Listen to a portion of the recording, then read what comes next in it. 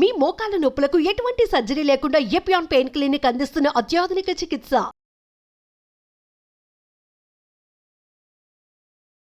Welcome to Suman TV. So కీళ్ళ నొప్పులు చాలా మందిని ఇబ్బంది పెడుతున్న సమస్య ఇది. అయితే ఏజ్తో సంబంధం లేకుండా కూడా ఈ సమస్య ఇబ్బంది పెడుతుందని చెప్తూ ఉంటారు. అయితే అసలు కీళ్ళ నొప్పులు ఎందుకు వస్తాయి, సో ఏ డెఫిషియన్సీ దీనికి కారణం, ఎటువంటి నియమాలు పాటించాలి, సో ఆయుర్వేదం దీని గురించి ఏం చెప్తుంది, ఇక ఆయుర్వేద పరమైన చిట్కాలు కూడా తెలుసుకుందాం. ఈరోజు మనతో పాటు ఉన్నారు ప్రముఖ ఆయుర్వేద వైద్య నిపుణులు doctor Sambasivarao garu, Peteti from Ayurharsha Ayurvedic hospital. Doctor garu నమస్తే. నమస్కారం అమ్మ. డాక్టర్ గారు, కీళ్ళ నొప్పులు అంటే ఒకప్పుడు ఏదైనా నొప్పులు అంటే చాలా పెద్ద ఏజ్లో చూసేవాళ్ళము, కానీ 20 years ఆఫ్ ఏజ్ ఇలా నుంచే చూస్తూ ఉన్నాము. కీళ్ళ నొప్పులు ప్రతి కీలు నొప్పి పెడుతుందని చెప్తూ ఉంటారు. అసలు ఈ సమస్య అనేది ఎందుకంటారు? అంటే జనరల్గా ఏం జరుగుతుందంటే అమ్మ, ఇవాళ రేపు లైఫ్ స్టైల్ వల్ల చాలా ఇబ్బందులు వస్తున్నాయి. వాటిల్లో ఇది కూడా ఒకటని చెప్పుకోవాలి. ఆటో ఇమ్యూన్ డిసీజ్ అంటారు. కీళ్ళ నొప్పులు అంటే జనరల్గా రొమటాయిడ్ ఆర్థరైటిస్, ఇది ఒక ఆటో ఇమ్యూన్ డిసీజు. ఎందుకు వస్తుందో కారణం తెలియదని చెప్తున్నారు. కానీ ఆయుర్వేద పరంగా చూసినప్పుడు ఈ కీళ్ల వాతాన్ని దీన్ని ఆమవాతం అని అంటారు. అసలు ఆమం అంటే ఏందో మనం తెలిస్తే మనకి ఈ సమస్య ఎందుకు వస్తుందో చాలా మందికి వాళ్ళు ఏం పొరపాటు చేస్తున్నారో వాళ్ళకి తెలిసిపోతుంది అనమాట. ఆమం అంటే ఏంటంటే మనం తీసుకున్న ఆహారం సక్రమంగా జీర్ణం కాకుండా మిగిలిపోయిన ఆహారం ఏదైతే ఉంటుందో దానిలో నుంచి కొన్ని టాక్సిక్ సబ్స్టెన్సెస్ బయటపడతాయి. ఆహారం సక్రమంగా జీర్ణం కాకపోతే కొన్ని విష పదార్థాలు వచ్చి ఆ విష పదార్థాలు సర్క్యులేషన్లోకి వెళ్ళి శరీరం అంతా వ్యాప్తి చెందుతాయి అన్నమాట. వ్యాప్తి చెంది ఎక్కడెక్కడ జాయింట్స్లో డిపాజిట్ అయ్యి దాని మూలంగా మనకి ఆ పార్ట్ ఆఫ్ ఆ జాయింట్స్కి నొప్పులు రావడం జరుగుతుంటుంది. దీన్ని ఆమవాతం అంటారనమాట.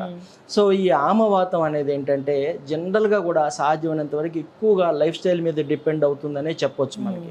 అయితే ఏంటంటే మనకి మోడర్న్ సిస్టమ్ ఆఫ్ మెడిసిన్లో చూసుకున్నప్పుడు ఈ రొమటాయిడ్ ఆర్థరైటిస్ అంటారు. రొమటాయిడ్ ఆర్థరైటిస్ ఏంటంటే సీరో నెగిటివ్, సీరో పాజిటివ్ అని రెండు రకాలుగా కూడా చెప్పడం జరుగుతుంటుంది. కాకపోతే దీన్ని ఆటో ఇమ్యూన్ డిసీజ్ అంటారు. ఆయుర్వేద పరంగా చూసుకున్నప్పుడు ఏంటంటే ఈ మన లైఫ్ స్టైల్ దీనికి కారణాలు ఏం చెప్తుందంటే ఆయుర్వేదము ఒకటి అధ్యసనం అంటారు. అధ్యసనం అంటే ఏంటంటే తీసుకున్న ఆహారం సక్రమంగా జీర్ణం కాకుండా మళ్ళీ గనక ఆహారం తీసుకోవటం వల్ల ఆ ఆహారం ఇబ్బంది పెడుతుంది అని ఒకటి. రెండోది అనశనం అంటే అసలు తినకపోవటం. మూడోది విషమశనం అంటే ఎప్పుడు పడితే అప్పుడు ఏది పడితే అది తింటాము. అలాగే రాత్రి జాగరణం అంటే తెల్లవారుదులు నిద్ర పట్టక కానీ ఒకవేళ నిద్రపోయే అవకాశం లేక కానీ రాత్రిపూట ఎక్కువగా జాగారం చేయటం, పగలు నిద్రపోవటము, ఇలాంటి వాటి వల్ల కఫము దూషితమైపోయి ఈ సమస్య రావడం జరుగుతుందని శాస్త్రంలో చెప్పడం జరుగుతుంటుంది.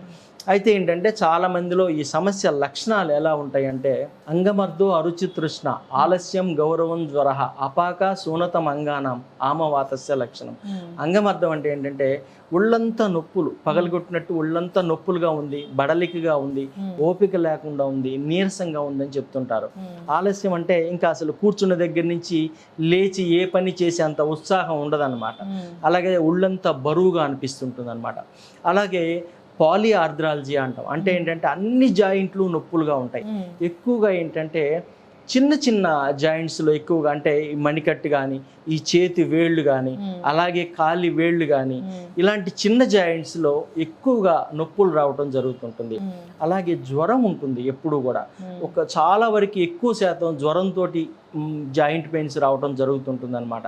సో అది జనరల్గా ఏ వైరల్ ఇన్ఫెక్షన్ అనుకుంటూ ఉంటారు.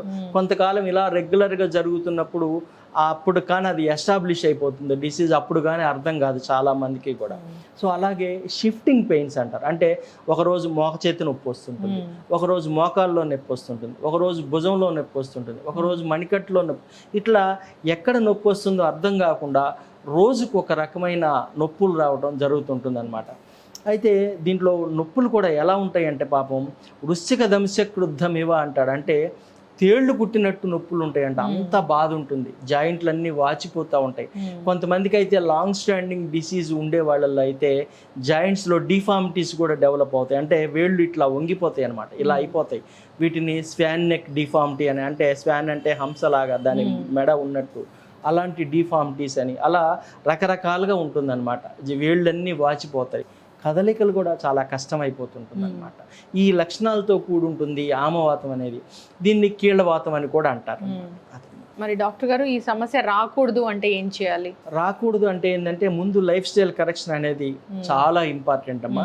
ఆహారం సక్రమంగా అంటే తగినంత ఆహార మాత్ర పునరగ్ని బలాపేక్షని అంటే ఏంటంటే నీ శరీరానికి ఎంత ఆహారం కావాలో అంత ఆహారం మాత్రమే తీసుకుంటే ఇబ్బంది లేదు. అలా కాకుండా నాలుక రుచి కోసం కానీ ఎదురుగా ఉన్న పదార్థం బాగుందని కానీ ఇష్టమైందని కానీ మనం ఎక్కువగా ఆహారం తీసుకున్నప్పుడు అజీర్ణం డెవలప్ అవుతుంది. ఈ అజీర్ణం వల్లనే అన్ని రోగాలు సర్వాణి రోగాన్ని ఆమాశయ సముద్భవాన ఏ రోగానికి కూడా కారణం మన పొట్టేనని చెప్తుంది శాస్త్రం.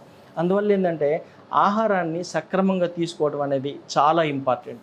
రెండోది ఏంటంటే తిన్న వెంటనే నిద్రపోయే అలవాటు ఉంటుంది చాలా మందికి. తిన్న వెంటనే కంపల్సరీ ఒక కునికేయాలండి అంటుంటారు. ఒక 2 నిమిషాలు 3 నిమిషాలు ఒక న్యాప్ తీసుకోవటం వేరు. అలా కాకుండా మధ్యాహ్నం అప్పుడు ఆహారం తీసుకుంటారు. ఆహారంలో ఏంటి పెరుగన్నం లాంటివి ఎక్కువగా తింటుంటారు. గురునామ అర్ధ సౌహిత్యం అంటుంది శాస్త్రం. అంటే గురుగుణం కలిగిన పదార్థాలు అంటే పెరుగు లాంటివి కానీ మినప్పప్పుకు సంబంధించినవి మినప్పిండి ఇలాంటి ఆహార పదార్థాలని సగం మాత్రమే తృప్తిగా తీసుకోమని చెప్తుంది. కడుపు నిండినంత వరకు తీసుకోమని చెప్పటం లేదు. అంటే ఇంకా ఇక్కడ ఒక విషయం చెప్పాలంటే మా చిన్నతనంలో ఏంటంటే గారెలు చేసుకోవాలంటే సంక్రాంతి పండగ రావాలి. గారెలు వడలు తినాలంటే జనరల్గా సంక్రాంతి పండగప్పుడు తినేవాళ్ళు చాలామంది. ఓకే, కానీ ఇవాళ పొద్దున్న నిద్ర లేచింది మొదలు మనం ఏ హోటల్కి వెళ్ళినా వడ సాంబారు ఇడ్లీ అన్ని మినప్పిండికి సంబంధించినవి. సో మినపప్పు అనేది మాంసాహారం కంటే కూడా బలమైన ఆహారం. జీర్ణం కావడానికి చాలా ఎక్కువ టైం తీసుకుంటుంది. కానీ మనం ఏం చేస్తామంటే 10ంటికి వడలు తింటాం, సాంబార్ తింటాం, మళ్ళీ 1 గంట 2ంటికి మళ్ళీ భోజనం చేస్తాం. తిన్నది అరగదు, మళ్ళీ మధ్యాహ్నం వేస్తున్నాం. దీని మూలంగా ఏం జరుగుతుందంటే ఆమం ఫామ్ అవుతుంది. ఈ ఆమం ఫామ్ అయినప్పుడే అన్ని రోగాలకి కారణమవుతుంది. అలాగే లఘూనాం నాతి తృప్తత, లఘువుగా ఉండే అంటే తేలిగ్గా ఉండే ఆహార పదార్థాలు కూడా ఎక్కువ తీసుకోవద్దని చెప్తుంది శాస్త్రం. అంటే మనకి సూప్స్ కానీ పెసరకట్లు కానీ ఇలాంటివి చెప్తారు తేలిగ్గా ఉండే. అవి కూడా మరీ విపరీతంగా తీసుకోవద్దు, కొద్దిగా మాత్రమే తీసుకోండి. అంటే మన ఆమాశయాన్ని 4 భాగాలు చేసుకుంటే అందులో 2 భాగాల ఆహారం, 1 భాగం నీరు, 1 భాగం వాయు సంచారానికి ఖాళీ ఇవ్వమని చెప్తుంది శాస్త్రం. కానీ మనం అంతా నింపేస్తున్నాం, బ్యాగులో సామాన్లు నింపినట్టు నింపేస్తుంటాం. దాని మూలంగానే ఇన్ని అనర్థాలకు కారణం అవుతుంది. మేజర్గా ఈ కీళ్ళవాతం రావడానికి కారణమే ఆమం. సో ఇది ఒక సమస్య. సో ఇలాంటి సమస్యలన్నిటి మూలంగా ఈ జబ్బు రావడం జరుగుతుంటుందండి. న్యాచురల్ రెమెడీస్ అంటే ఏం చెప్తారు? ఎక్కువగా ఏంటంటే దీనికి ఏం చేయాలంటే శాస్త్రం మనకి ఆహారపు అలవాట్లని మార్చుకోవడం అనేది చాలా ఇంపార్టెంట్. ఎక్కువగా వేడి నీళ్ళు తాగుతూ ఉండాలి. మనం సహజంగా కూడా వేడి నీళ్ళు తాగితే ఏంటంటే తొందరగా తీసుకున్న ఆహారం జీర్ణం అవుతుంది. అలాగే తేలిగ్గా ఉండే ఆహారాలు ఎక్కువగా తీసుకోవటం, అంటే సాధ్యమైనంత వరకు ఆహారం ఏంటంటే ఎప్పుడు మనకి ఎంత ఇష్టమైనా కావచ్చు, దానికి ఒక లిమిట్ ఉంటుంది. ఆ లిమిట్ని దాటి ఎక్కువగా తీసుకోకూడదు.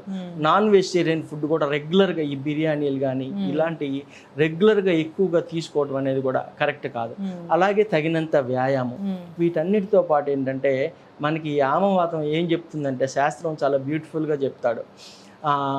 ఆమవాత గజేంద్రస్య శరీర వనసంచారిణి ఏక ఏవ నిహంత్యాసు ఏరెండ మూలం అంటుంది. అంటే ఏంటంటే ఆమవాతం అనే ఈ గజం ఇంద్రుడు గజేంద్రుడు అంటే ఏనుగుని శరీరం అనే వనంలో తిరిగి ఆమవాతం అనే ఏనుగుని హరించడంలో ఏరెండ మూలం అంటే మన ఆముదం చెట్టు.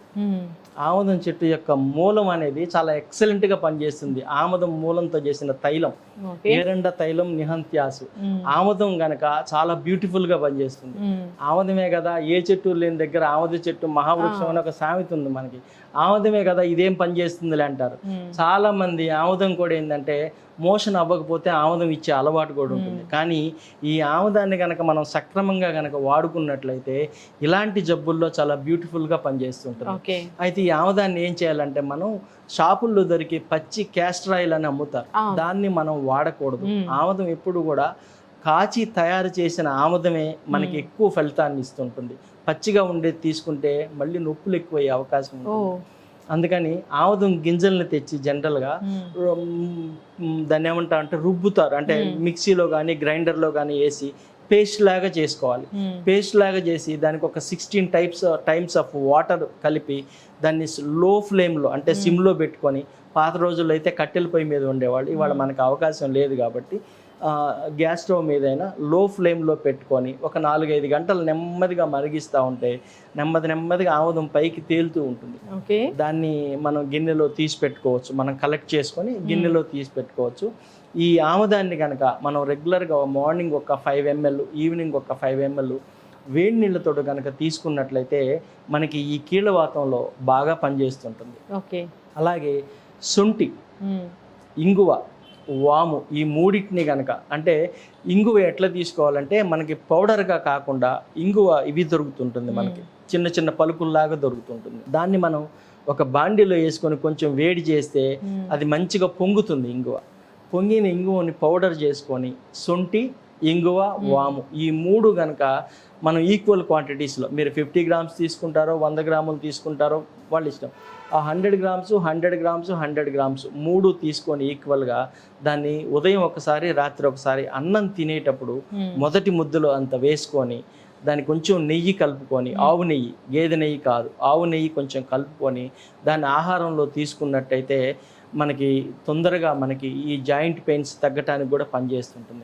అయితే ఇన్ని చేసినా కూడా ఒక్కొక్కసారి తొందరగా తగ్గదు. అలాంటప్పుడు మీరు ఆయుర్వేద వైద్యుని ఎవరినైనా సరే సంప్రదించవచ్చు. మీరు సంప్రదించితే కనుక ఖచ్చితంగా మనం దాదాపు 80% ఈ కీళ్ళవాతాన్ని అనేది మనం తగ్గించవచ్చు. ఖచ్చితంగా డాక్టర్ గారు. సో అసలు కీళ్ళ వాతం అంటే ఏంటి, అసలు కీళ్ళ నొప్పులు ఎందుకు వస్తాయి, ఎందుకు ఇప్పుడు మనం ఎక్కువగా చూస్తూ ఉన్నాం చిన్న వయసులో, అంటే చాలా చక్కగా చెప్పారండి. అసలు లైఫ్ స్టైల్ మారిపోయింది అని. సో అంతేకాకుండా న్యాచురల్ రెమెడీస్ ఏమున్నాయి దీన్ని తగ్గించుకోవడానికి. సో ఎవరైనా ఇబ్బంది పడుతూ ఉంటే ఫాలో అవ్వాలని కోరుకున్నాం. చాలా చక్కటి ఇన్ఫర్మేషన్ అండి, ధన్యవాదాలు. నమస్తే.